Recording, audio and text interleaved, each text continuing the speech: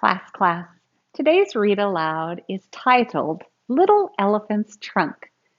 So cute. Written and illustrated by Hazel Lincoln. Little Elephant's Trunk. You know, when those elephants are babies, learning to use their trunk is tricky business. Let's see how it works out for little elephant. All over the land, there was great excitement. It was springtime, and springtime meant babies. Babies everywhere. The chimpanzee's baby clung tightly to its mother. The giraffe's baby nuzzled its mother's face. The tortoise's baby struggled out of its shell. The hippo's baby took straight to the water. The zebra's baby hid in the long grass. And the springbok's baby ran and ran. That's a springbok right there. The elephants had a new baby too. The whole family rumbled with pleasure as they gazed lovingly upon little elephant. Little elephant took his first wobbly steps and fell. Something long and gray was tripping him up. He struggled to his feet, and it happened again. But now his mother was calling. The herd was going to the river. Little elephant hurried alongside his mother, stumbling as he tried to keep up. He slipped down the riverbank and fell with a loud splash into the water. He looked down. A face looked back at him, and something odd dangled from the middle of the face. The strange thing was a trunk. Then he realized he was looking at himself, at his own reflection. What was the strange dangling thing for? Little elephant didn't know, but he did know that he was thirsty. The zebra was drinking the water, but little elephant couldn't do that. His trunk got in the way. He looked at the big elephants. They dipped their trunks into the water and put them into their mouths and drank. Little elephant dipped his trunk into the water and put it into his mouth and sucked carefully. The cool water was so good. Now the sun was burning down. The tortoise was shaded by his shell, but little elephant didn't have a shell. He looked at the big elephants.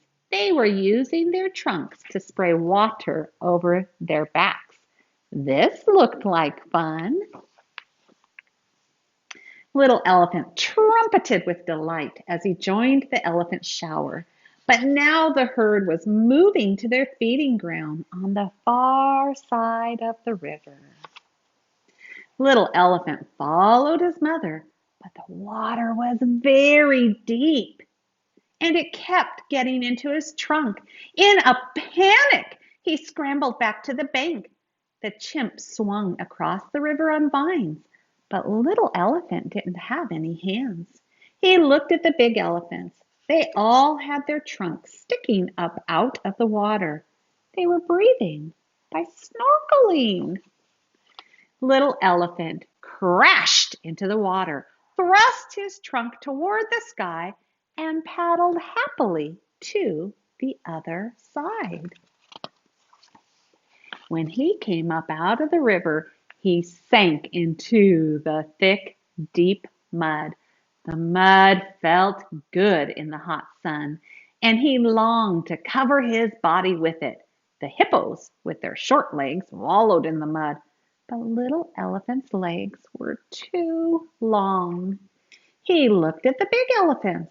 They picked up large dollops of mud with their trunks and threw them over their backs. Little elephant tried it too. He splattered the cool mud all over himself. It was wonderful. The herd was on the move again, pushing their way through the long grass. The grass was so high that little elephant couldn't see where he was going. He was afraid that he would lose his mother. The springboks leaped over the grass with their graceful legs as they followed their mothers. But little elephant's legs were too thick and heavy. They were not made for jumping. He looked at the other elephants. They walked in a long line with grandmother in the lead. Using its trunk, each elephant held the tail of the other in front. Quickly, little elephant lifted his trunk and grasped his mother's tail. Now he felt safe. At last, the elephants reached the feeding ground. Little elephant spotted some juicy looking leaves, but they were just out of reach. The giraffes, with their long necks, nibbled delicately at the leaves. The little elephant's neck was too short. He looked at the big elephants. They curled their trunks around the leaves, tore them off, and put them into their mouths. After a little practice, he could reach the lowest leaves with ease. Delicious. The sun had started to dip below the horizon. It had been a long day for little elephant. He was very tired. He snuggled up close to his mother and felt something gently stroking him. It was her trunk. He curled his trunk around his mother's. What a very useful thing a trunk is after all, thought little elephant.